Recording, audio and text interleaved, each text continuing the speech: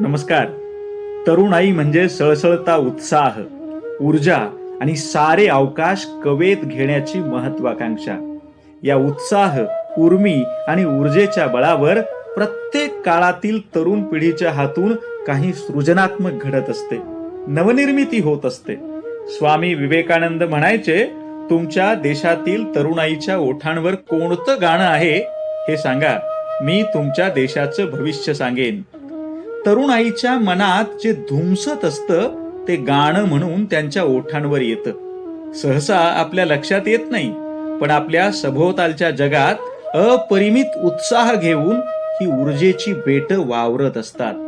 कुणी लेखक म्हणून शब्दातून व्यक्त होत असतं, कुणी कवी म्हणून रसिकांच्या मनावर गारूड करत असतं, कुणी पत्रकार म्हणून दुर्लक्षित जनसामान्यांच्या प्रश्नांना वाचा फोडत असतं, तर कुणी लघु उद्योजक म्हणून नव्या निर्माणाची धडपड करत असतं. कुणी डॉक्टर म्हणून समाजाच्या आरोग्याची चिंता वाहत असतं, तर कुणी अभियंता म्हणून रचनात्मक उभारणीच्या कामात गढून गेलेलं असतं. कुणी शिक्षक, प्राध्यापक म्हणून विद्यार्थी जीवनाला आकार देत असतं, तर कुणी संशोधक म्हणून व्यासंगाच्या महासागरात मुसाफिरी करत असतं. कुणी आपल्या चिंतनशील भाषण प्रवचनाच्या माध्यमातून लोकमानस घडवत असतं, तर कुणी स्पर्धा परीक्षांची गांभीर्याने पूर्वतयारी करत नव्या प्रशासनाची परिभाषा तयार करत असतं.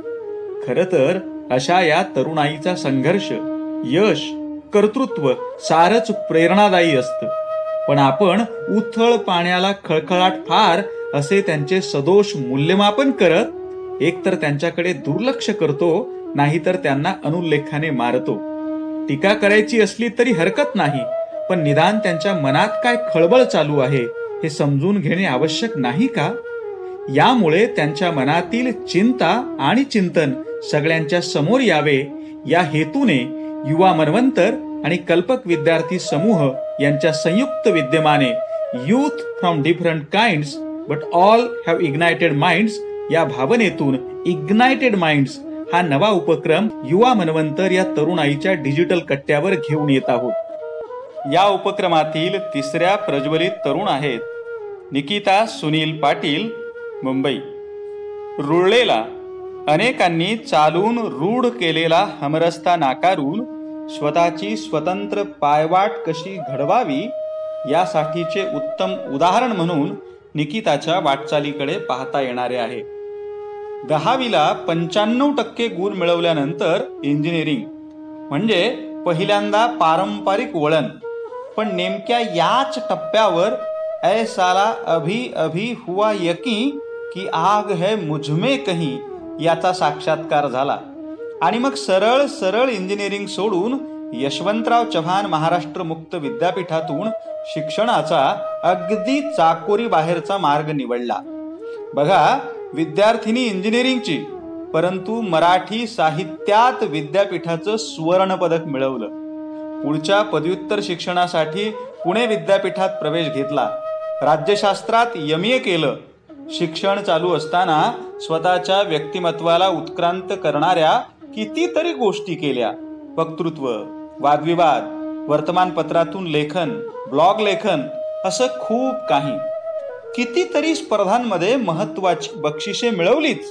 पण राज्यस्तरावरील अतिशय प्रतिष्ठेच्या असणाऱ्या इंद्रधनुष्य युवक महोत्सवात वादविवाद स्पर्धेत निरनिराळ्या वर्षी ब्रॉन्झ, सिल्वर, गोल्ड अशा 3ही पदकांची कमाई केली.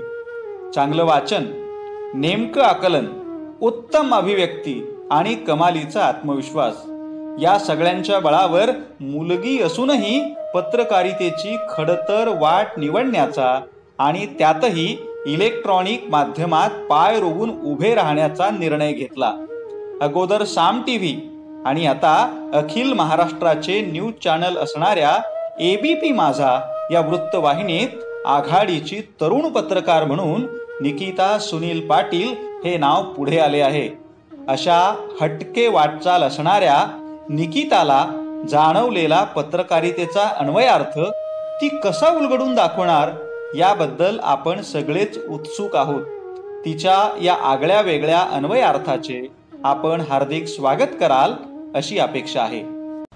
नमस्कार, मी निकिता पाटील. सध्या ABP माझामध्ये असते मुंबईमध्ये आणि युवा मन्वंतर या यूट्यूब चॅनेलसाठी विश्वाधार देशमुख सरांनी मला बोलण्याची संधी दिली, त्याबद्दल देशमुख सरांचे सुरुवातीला खूप धन्यवाद. आणि जसं की मी प्रोमोमध्ये सांगितलेलं की पत्रकारिता या क्षेत्रात येण्याच्या आधी माझे जे काही समज होते आणि एकूणच माझा जो काही समज होता तो नंतर कसा बदलत गेला किंवा पत्रकारितेचं जे काही एकूण वास्तव आहे ते मला कसं उलगडत गेलं या विषयावर मी तुमच्यासोबत गप्पा मारणार आहे. खरं तर न्यूज चॅनेल्स असतील किंवा वृत्तपत्र असतील, त्यामध्ये काम करणारे अँकर्स असतील, रिपोर्टर्स असतील, एकूणच पत्रकार असतील, या सगळ्यांबद्दल सामान्य माणसाला काही गैरसमज असतात, काही समज असतात. तसेच अगदी माझे सुद्धा होते या क्षेत्रामध्ये येण्याच्या आधी. पण जसं मी या क्षेत्रामध्ये येत गेले तसं तसं मला एक एक गोष्टींचा हळूहळू उलगडा होत गेला. जसे की प्रत्येकाला वाटतं की पत्रकारिता हे क्षेत्र म्हणजे फार ग्लॅमरस क्षेत्र आहे, इथे प्रसिद्धीला खूप मोठा वाव आहे. एकदा का तुम्ही पत्रकारितेमध्ये आलात की तुम्ही एकदम प्रसिद्ध व्यक्ती होऊन जाता, हा पहिला माझा समज या क्षेत्रात येण्या अगोदरचा.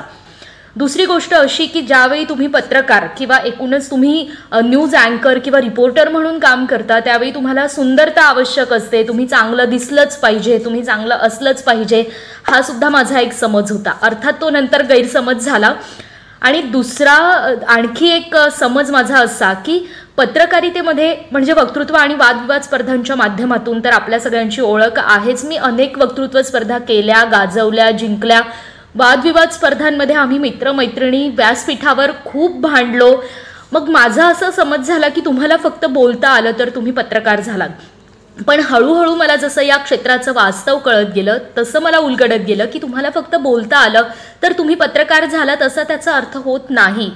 किंबहुना सुरुवातीला असं म्हणायचं किंवा एखादं वक्तृत्व आणि वादविवाद स्पर्धांमध्ये एखादा विषय मांडताना सुद्धा असं म्हणतात की master of none but jack of all, म्हणजे तुम्हाला प्रत्येकच गोष्टीचं अगदी खोलामध्ये ज्ञान असावं असं काही नाही आहे. तुम्हाला एकूणच सगळ्या गोष्टींचं थोडं थोडं ज्ञान असलं तरी ते चालतं. पण पत्रकारितेमध्ये आल्यानंतर माझा हा एकूणच समज बदलत गेला आणि master of none but jack of all याच्यामध्ये बदल असा करावा लागला की master of all but also jack of all, म्हणजे तुम्हाला प्रत्येकच गोष्टीतलं खोलातलं ज्ञान असायला हवं. कारण एखादा मुद्दा ज्यावेळी तुम्हाला मांडायचा असतो, एखाद्या विषयावर तुम्हाला लिहायचं असतं किंवा एखाद्या विषयावर बोलायचं असतं तर तुम्हाला त्या विषयाची सामाजिक, सांस्कृतिक, ऐतिहासिक अशी सगळीच पार्श्वभूमी तुम्हाला माहीत असायला लागते. त्याचबरोबर त्या घटनेचं भौगोलिक स्थान नेमकं काय आहे, त्या घटनेचे यापूर्वीचे कंगोरे काय आहेत, त्या घटनेबाबत कशा पद्धतीने इतिहास रचला गेला किंवा कशा पद्धतीने ऐतिहासिक घटना घडत गेल्या, अशा प्रत्येक बाबींचं ज्ञान तुम्हाला असायला लागतं. थोडक्यात काय तर ज्याला बोलता येतं तो पत्रकार झाला असं म्हणतात. पण मला वाटतं की ज्याला बोलता येतं आणि त्याहीपेक्षा जास्त ज्याला ऐकता येतं आणि पाहता येतं तो पत्रकार झाला. कारण पत्रकार होण्यासाठी तुम्हाला अभ्यास असणं गरजेचं आहेच, पण त्याचबरोबर तुम्हाला अनुभव असणं हे जास्त गरजेचं आहे. पण नंतर मला हळूहळू उलगडा होत गेला की अरे फक्त बोलता आलं म्हणजे तुम्ही पत्रकार झाला तसं होत नाही. तुम्हाला कानही असले पाहिजेत, तुम्हाला डोळेही असले पाहिजेत, शिवाय त्या डोळ्यांना दृष्टी आणि दृष्टिकोन असला पाहिजे. त्या दृष्टिकोनामध्ये एक विशिष्ट नजर असली पाहिजे पत्रकाराची. रस्त्यावर कुत्रा भुंकला तर बातमी होत नाही, तो कुत्रा का भुंकला यामागचं कारण शोधून काढणं, त्याची पार्श्वभूमी समजून घेणं आणि ती प्रेक्षकांपर्यंत पोहोचवणं याला बातमी म्हणतात. अशा प्रत्येक गोष्टीचा हळूहळू मला उलगडा व्हायला लागला.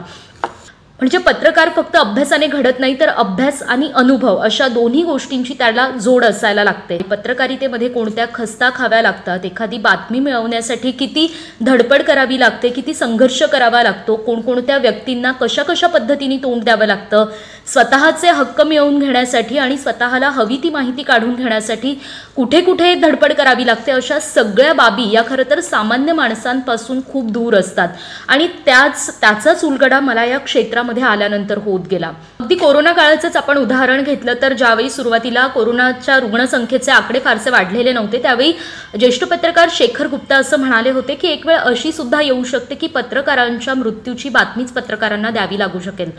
आणि अगदी तसं झालं सुद्धा. पांडुरंग रायकर असतील किंवा इतर अनेक पत्रकार असतील, यामध्ये आपण पाहिलंय की भावना अनावर होत असताना सुद्धा इतर पत्रकारांना भांडावं लागलं, झगडावं लागलं, आपला आवाज, आपल्या मागण्या, आपल्या अडचणी या सरकारपर्यंत पोहोचवाव्या लागल्या. काय अडचणी आहेत त्या प्रेक्षकांपर्यंत सुद्धा पोहोचवाव्या लागल्या. प्रत्येक वेळी लोकांची, सामान्यांची अडचण मांडत असताना पत्रकारांच्या सुद्धा काही समस्या आहेत ते आपल्या गावीही नसतं आणि यातूनच मग पत्रकारांवर वाद प्रतिवाद टीका व्हायला सुरुवात होते, आरोप प्रत्यारोप व्हायला सुरुवात होतात. कारण झगमगाटा पलीकडची पत्रकारिता, ग्लॅमरच्या पलीकडचं पत्रकारितेतलं वास्तव आपण सामान्य माणसं म्हणून कधीच पाहिलेलं नसतं. ही दुखरी बाजू आपण कधीच समजून घेतलेली नसते, की जी मला या क्षेत्रामध्ये आल्यानंतर प्रत्यक्ष पाहायला मिळाली. आणि या ज्या काही पत्रकारांवर आणि न्यूज चॅनेल्सवर टीका होतात याची पार्श्वभूमी जर आपण थोडी शोधून पाहिली तर कित्येक असे प्रसंग आहेत, कित्येक अशा घटना आहेत की ज्यामध्ये कित्येक पत्रकारांनी अक्षरशः स्वतःच्या जीवावर उदार होऊन प्रेक्षकांपर्यंत खडानखडा अगदी बारीक सारीक बातमी पोहोचवण्याचं काम केलेलं आहे. म्हणजे मुंबईवर ज्यावेळी दहशतवादी हल्ला झाला 26/11चा, त्यावेळी कित्येक पत्रकार आज सुद्धा आठवणी सांगतात की अक्षरशः 3-3 दिवसांपर्यंत एका कारच्या खाली लपून काहीही न खाता काहीही न पिता त्यांनी प्रेक्षकांपर्यंत बातमी पोहोचवली आहे. अर्थात त्यावर सुद्धा नंतर कितीतरी टीका झाली, तो वेगळा मुद्दा. सांगली कोल्हापूरचा ज्यावेळी पूर आला गेल्याच वर्षी 2019ला, त्यावेळी जर आपण पाहिलं तर कुलदीप मानेसारखे पत्रकार अक्षरशः भरून आलेलं असताना सुद्धा स्वतःचं कुटुंब एकीकडे महापुरामध्ये अडकलेलं असताना सुद्धा दुसरीकडे रिपोर्टिंग करण्याचं काम करत होते, प्रेक्षकांपर्यंत महापुरासंबंधीची प्रत्येक बातमी पोहोचवण्याचं काम करत होते. आणि बऱ्याच ठिकाणी तर असं झालं की आधी पत्रकारांनी ती बातमी पोहोचवली आणि त्यानंतर सरकारला जाग आली आणि मग तिथल्या लोकांना रेस्क्यू करण्याचं काम करण्यात आलं. या सगळे जर घटना आपण पाहिल्या तर काही सवंग पत्रकार सुद्धा आहेत, मी नाही असं म्हणणार नाही, पण एखादा अपवाद हा संपूर्ण पत्रकारितेला लागू करणं हे कितपत योग्य असा माझा एक महत्त्वाचा मुद्दा आहे. टीका होतात, वाद होतात, मान्य आहे. कित्येक पत्रकारांचं आज राजकीयकरण झालेलं आहे, मी अजिबात नाकारणार नाही, ते झालेलं असेल. पण यामध्ये सुद्धा काही अपवाद आहेत आणि काही अपवाद हे वगळता कित्येक पत्रकार आज खऱ्या अर्थानं चांगल्या पद्धतीनं वास्तवामध्ये शिरून काम करतायत. अर्थात जग त्यांचं कौतुक सुद्धा करतंय, लोक त्यांचं कौतुक सुद्धा करतायत. कालचंच उदाहरण आपण घेऊयात प्रतिमा मिश्रांचं, तनुश्री पांडेंचं. त्यांनी ज्या पद्धतीनं त्यांनी रिपोर्टिंग केलेली आहे ती खरंच कौतुक करण्यासारखी आहे आणि त्यांचं कौतुक केलं गेलं. जरी सुरुवातीला ते टीकेच्या भोवऱ्यात अडकलेले असले, वादाच्या भोवऱ्यात सापडलेले असले, तरी नंतर त्यांचं कौतुक केलं गेलं. म्हणजे एकूणच काय तर तुम्ही काम करा, जग तुमची दखल नक्कीच घेईल. दुसरा एक महत्त्वाचा मुद्दा असा की पत्रकारिता म्हणजे काही 8 ते 10 तासांची ड्युटी नसते असं म्हणतात आणि ते खरं आहे की पत्रकारिता ही कोणताही काळ वेळ नसलेली एक अनिश्चित काळासाठीची ड्युटी आहे. 24 तास तुम्हाला कामावर हजर राहावं लागतं, प्रत्यक्ष किंवा अप्रत्यक्षपणे 24 तास तुमचे डोळे उघडे असले पाहिजेत, तुमचे कान तुम्हाला जागरूक ठेवावे लागतात. कुठे काय घडतंय याविषयी या संबंधी प्रत्येक बाबतीमध्ये तुम्हाला अपडेट राहावं लागतं. अर्थात आज आपण काही वृत्तवाहिन्यांचं उदाहरण घेतलं तर प्रतिक्रिया देणं हे मुळात एखाद्या पत्रकाराचं काम नसतंच. स्वतःची भूमिका मांडणं हे पत्रकाराचं काम नसतंच, हे मला प्रकर्षाने सांगावं वाटतं, हे माझं वैयक्तिक मत आहे. दुसरा मुद्दा असा की पत्रकारांवर खूप टीका केली जाते, वृत्तवाहिन्यांवर, वृत्तपत्र आणि त्याहीपेक्षा जास्त वृत्तवाहिन्यांवर सारखी टीका केली जाते की या ठिकाणी सामान्य माणसाला वाव दिला जात नाही किंवा सामान्य माणसाच्या ज्या काही अडीअडचणी आहेत त्या दाखवल्या जात नाही. पण मला एक मुद्दा या ठिकाणी सांगावा असं वाटतो ABP माझाच्याच संदर्भातला. ज्यावेळी श्रीदेवी वारली होती त्यावेळी प्रत्येक चॅनलवर श्रीदेवीच्या बातम्या सुरू होत्या की कशा पद्धतीने ती वारली, ती कुठे गेली, काय केलं, तिने काय खाल्लं, तिने काय पिलं वगैरे वगैरे. आणि या दरम्यान मराठी भाषा दिवस होता फेब्रुवारी महिन्यात 27 फेब्रुवारीला आणि त्यावेळी ABP माझाने या संदर्भातला एक अतिशय सुंदर असा कार्यक्रम घेतला ज्यामध्ये अनेक मान्यवरांची ओळख अनेकांना झाली. पण त्या आठवड्याच्या शेवटी असं निदर्शनास आलं की TRPमध्ये ABP माझाचा तो कार्यक्रम कुठेतरी खाली गेला आणि ज्या चॅनेल्सने दिवस रात्र श्रीदेवीचं वार्तांकन लावून धरलेलं होतं, श्रीदेवीच्या प्रत्येक खाण्यापिण्यापासून तिच्या उठण्या बसण्यापर्यंत तिच्या बातम्या दिलेल्या होत्या, ते चॅनल्स TRPमध्ये वर गेलेले होते. म्हणजे काय तर प्रेक्षकांना जे आवडतं ते वृत्तपत्रांना, ते वर्तमानपत्रांना द्यावं लागतं. मग प्रेक्षकांना काय आवडतं तर झटचटपटीत, मसाला, सनसनाटी अशा प्रकारच्या बातम्या या प्रेक्षकांना आवडतात आणि तशा बातम्या या वृत्तपत्रांना आणि वृत्तवाहिन्यांना पुरवाव्या लागतात. यामध्ये वृत्तवाहिन्यांवर सरसकट टीका करणं हे मला अजिबात योग्य वाटत नाही. कारण कितीही म्हटलं तरी एखादी वृत्तवाहिनी किंवा न्यूज चॅनल्स चालवणं हा व्यवसाय आहे. पत्रकारिता हा पेशा नक्कीच असेल, पण न्यूज चॅनल्स चालवणं हा व्यवसाय आहे. आणि ज्या प्रकारे कोणत्याही व्यवसायामध्ये बेरीज वजाबाकीची जी काही गणितं असतात, त्याच प्रकारे एखादं न्यूज चॅनल चालवण्यासाठी सुद्धा ही बेरीज वजाबाकीची आणि TRPची गणितं असतात. आणि असं असताना सुद्धा TRP साठीची एवढी जीवघेणी स्पर्धा असताना सुद्धा जर एखाद्या चॅनल्सनी वेगळी वाट निवडून काही प्रबोधनात्मक दाखवण्याचा प्रयत्न केला तर प्रेक्षकांचा त्याला फारसा प्रतिसाद मिळत नाही.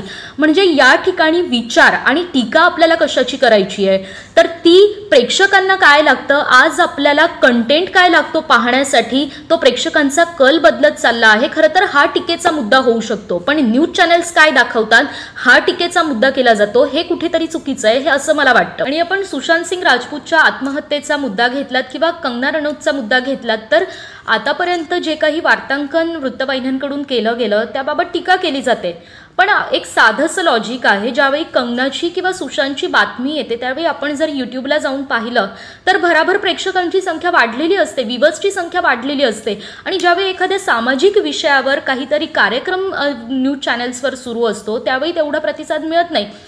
मुळात प्रेक्षकांना जे लागतं ते पुरवण्याचं काम वृत्तवाहिन्या करतात, पण प्रेक्षकांचे प्रश्न मांडण्याचं काम तर पत्रकार करतातच ना. वृत्तवाहिनी चालवणं हा व्यवसाय आहे, पत्रकारिता हा पेशा आहे, पण वृत्तवाहिन्या चालवणं हा निव्वळ व्यवसाय आहे. आणि इतर व्यवसायांची जी काही बेरीज वजाबाकीची गणितं असतात तीच गणितं आज वृत्तवाहिन्यांना सुद्धा लागू आहेत. त्यामुळे प्रेक्षकांनी जर आपला स्वतःला हवा असलेला कंटेंट बदलला तर त्या दृष्टिकोनातून वृत्तवाहिन्यांना सुद्धा आपण काय पुरवतो आहोत त्याच्यामध्ये बदल करण्यासाठी वाव असेल.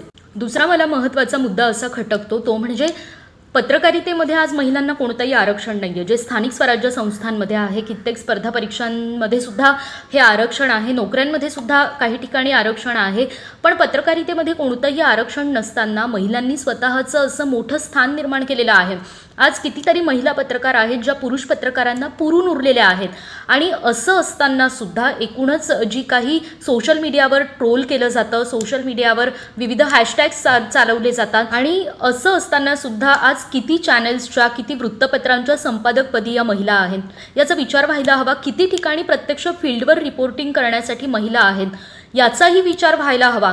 आणि त्यातल्या त्यात कॅमेरामन म्हणून किंवा व्हिडिओ जर्नलिस्ट म्हणून महिला पत्रकारांची संख्या तर अक्षरशः बोटावर मोजण्या इतकी आहे. म्हणजे अगदी इंग्लिश वृत्तवाहिन्या आपण सोडल्या तर मराठी वृत्तवाहिन्यांमध्ये व्हिडिओ जर्नलिस्ट म्हणून आपल्याला कुठेही महिला का दिसत नाहीत, हा प्रश्न सुद्धा मला या ठिकाणी पडला आणि ज्याची उत्तरं शोधण्याचा मी सुद्धा प्रयत्न करते. राणा अय्यूब असतील, बरखा दत्त असतील, या महिलांनी अक्षरशः रणभूमीवर जाऊन किंवा ज्या वार्तांकनामध्ये त्यांच्या जीवाला धोका होता अशा ठिकाणी जाऊन सुद्धा पत्रकारिता केलेली आहे. बराक ओबामा ज्यावेळी अमेरिकेचे राष्ट्राध्यक्ष होते त्यावेळी त्यांनी फक्त आणि फक्त महिलांसाठी विशेष अशी पत्रकार परिषद एक दोनदा घेतली आणि इतिहासामध्ये त्यांनी एक नवा रेकॉर्ड नोंदवला होता. आज अमेरिकेसारख्या देशांमध्ये असे प्रयोग होत असतील तर भारतासारख्या देशामध्ये हा उदारमतवादी दृष्टिकोन का स्वीकारला जात नाही? प्रत्येकच पत्रकारितेच्या प्रत्येक क्षेत्रावर आज महिलांचं प्रमाण नगण्य का दिसतं, हा प्रश्न सुद्धा अत्यंत महत्त्वाचा आहे, ज्यावर खरं तर विचार व्हायला हवा. आणि त्यामुळेच खरं तर एक पुरुष पत्रकार असणं आणि एक महिला म्हणून पत्रकार असणं या गोष्टी अजूनही खूप वेगळ्या आहेत.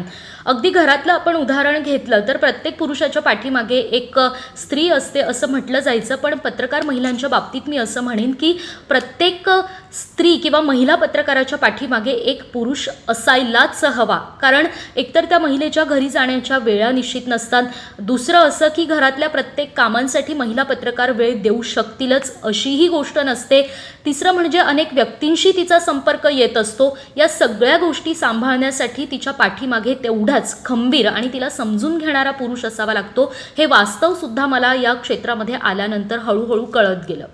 दुसरं मला असं कळत गेलं की या क्षेत्रामध्ये आल्यानंतर तुम्हाला गुळगुळीत मिळमिळीत राहून अजिबात चालणार नाही आहे. महाराष्ट्र टाइम्सच्या ज्येष्ठ पत्रकार आहेत नीला उपाध्ये, त्या तर असं म्हणतात की पत्रकारितेमध्ये आल्यानंतर तुम्हाला हरणाच्या काळजाचं असून चालत नाही, तर तुमचं काळीज हे ढाण्या वाघाचंच असलं पाहिजे. आणि ढाण्या वाघाचं काळीज असण्याबरोबरच तुम्हाला संवेदनशीलता सुद्धा असली पाहिजे. एखाद्या बातमीबद्दल आपल्या मनातून काहीतरी खळबळ व्हायला हवी, त्या बातमीबद्दल आपल्याला स्वतःला काहीतरी सामाजिक भान निर्माण व्हायला हवं आणि तरच आपण एक यशस्वी पत्रकार होऊ शकतो. खरं तर आपल्याला असं वाटतं की म्हणजे एकूणच आपण बातमी ज्यावेळी पाहतो त्यावेळी आपल्याला असं वाटतं की स्क्रीनवर एखादा सुंदर चेहरा दिसला म्हणजे त्या चॅनलचा TRP वाढला, तर असं नसतं. आता प्रेक्षकांची सुद्धा प्रगल्भता वाढलेली आहे. प्रेक्षकांना सुद्धा निवडक कंटेंट हवा असतो आणि त्या कंटेंटमधून नेमकं काय घ्यायचं हे प्रेक्षकांना कळतं. त्यामुळे प्रेझेंटेबल असणं हे तर गरजेचं आहेच, पण तुम्ही सुंदरच असायला हवं असा मुद्दा या ठिकाणी आवश्यक नाही. एखादा पिक्चर आपण पाहायला जायचो म्हणजे कोरोनाच्या आधी आणि नंतरही आपण जाऊच, त्यात मुद्दा नाही. पण एखादा पिक्चर आपण पाहायला जायचो त्यामध्ये फक्त करीना आहे किंवा कॅटरीना आहे म्हणून तो पिक्चर सुपरहिट व्हायचा का, तर नाही. करीना आणि कॅटरीनाचे पण कित्येक चित्रपट आज सुपरफ्लॉप झालेले आहेत आणि कित्येक चित्रपट सुपरहिट झालेले आहेत. कारण पिक्चरमध्ये कंटेंट काय आहे, पिक्चरची स्टोरी काय आहे ते पाहून आपण पिक्चर बघायला जातो. अगदी त्याचप्रमाणे बातमीमध्ये कंटेंट काय आहे त्यानुसार बातमीचं वेटेज ठरत असतं. अर्थात प्रेझेंटेबल असणं ही तर काळाची गरजच आहे. तुम्हाला प्रत्येक ठिकाणी प्रेझेंटेबल असावंच लागतं. कोरोनाचा हा काळ, यानंतर अर्थव्यवस्थेमध्ये जे काही बदल होत आहेत, नोकऱ्यांचं प्रमाण जे काही कमी झालेलं आहे, बेरोजगारीचं प्रमाण जे काही वाढलेलं आहे, अशा सगळ्याच गोष्टींचा जर आपण विचार केला तर येणाऱ्या काळात फक्त पत्रकारांनाच नाही तर प्रत्येक क्षेत्रातल्या व्यक्तींना मल्टीटास्किंग असणं गरजेचं असणार आहे. आणि त्यामुळे फक्त तुम्ही बोललात किंवा तुम्ही TV स्क्रीनवर दिसलात तर तुम्ही पत्रकार असं समीकरण यापुढे असणार नाहीये, याचा अंदाज मला तरी आतापासून यायला लागलाय. खरं तर असे अनेक मुद्दे आहेत ज्यावर बोलता येऊ शकेल, ज्याचं सविस्तर वर्णन करता येऊ शकेल, पण वेळेची काहीतरी मर्यादा आहे आणि त्यामुळे निश्चितच माझाही अनुभव जसा जसा वाढत जाईल तसं तसं मलाही काही अनेक गोष्टींचं वास्तव समजत जाईल. ते निश्चितच मी तुमच्यासोबत शेअर करण्याचा प्रयत्न करीन. तुर्तास आपण इथेच थांबूयात. पुन्हा कधीतरी एखाद्या नवीन विषयावर संधी मिळाल्यास आपण या चॅनेलवर पुन्हा एकदा नक्कीच भेटूयात.